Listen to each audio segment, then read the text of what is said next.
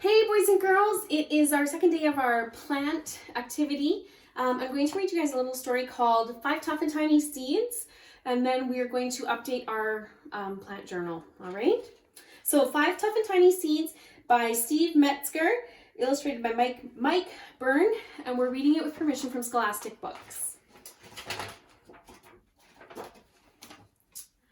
5 tough and tiny seeds sat on a slender reed, waiting for springtime winds to blow. Whoosh, whoosh. Did you guys hear that wah-wah sound? Like our phonics lesson. One landed on the ground, sniffed by a happy hound. Then there were 4 tough, tiny seeds. 4 tough and tiny seeds sat on a slender reed, waiting for springtime winds to blow. Whoosh, whoosh. One landed near a lake beside a wriggly snake. Does he look happy about it?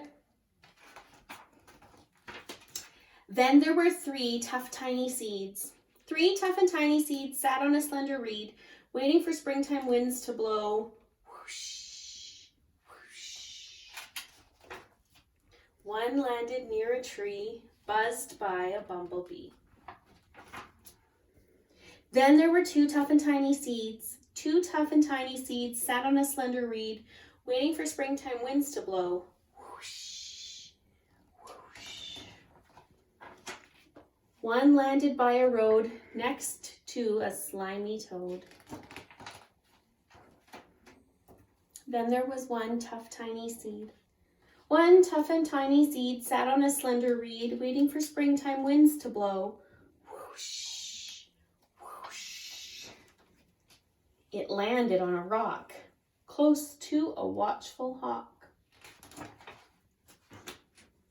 Then there were no tough, tiny seeds.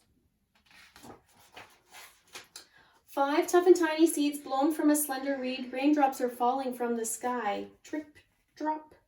With bright and warmer days, now comes the month of May. Now it's time for seeds to grow. 5 seeds begin to sprout just as the sun comes out. What will they all turn out to be? Growing taller by the hour, each one a different flower. A rose, a dandelion, a sunflower, a cosmos, and a wild carrot. That's what became of the tough, tiny seeds. Awesome. Okay, so in your journal, I kind of started mine here. So I colored the front of my journal. Maybe I'm going to keep coloring it and put a little bit of sky in there. All right, and then this is what Mrs. Grove showed us the day that she came in. And so these are some things that these are some things that we know that a plant needs to grow. All right, so it does need some rain or some water. It needs some soil to grow in. Remember, we said not dirt, but soil. It needs some sunlight, so definitely put it by a window. And it needs some air and some oxygen. All right, it doesn't need candy or a pop. I guess you could have a slug if you wanted it to dig up the ground.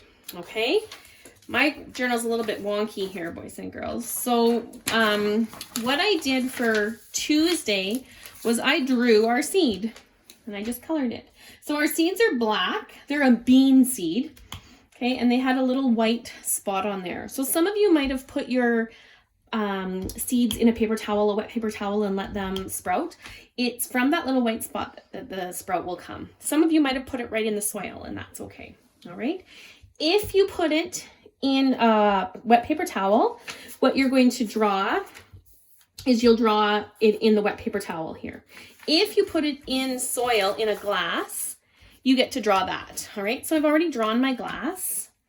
Okay, and I'm going to color some soil in there. Okay, and what I know right now is that it's only been in there for a day or 2. So it's getting used to being tucked in there, getting a good drink of water and making a plan. But that's about it. We can't see anything else that is happening. to our plant right now, but trust me, boys and girls, something is happening to your plant, okay? So that's all you have to do for your journal. And then when you are done that, you are done your science for the day. All right? Thanks.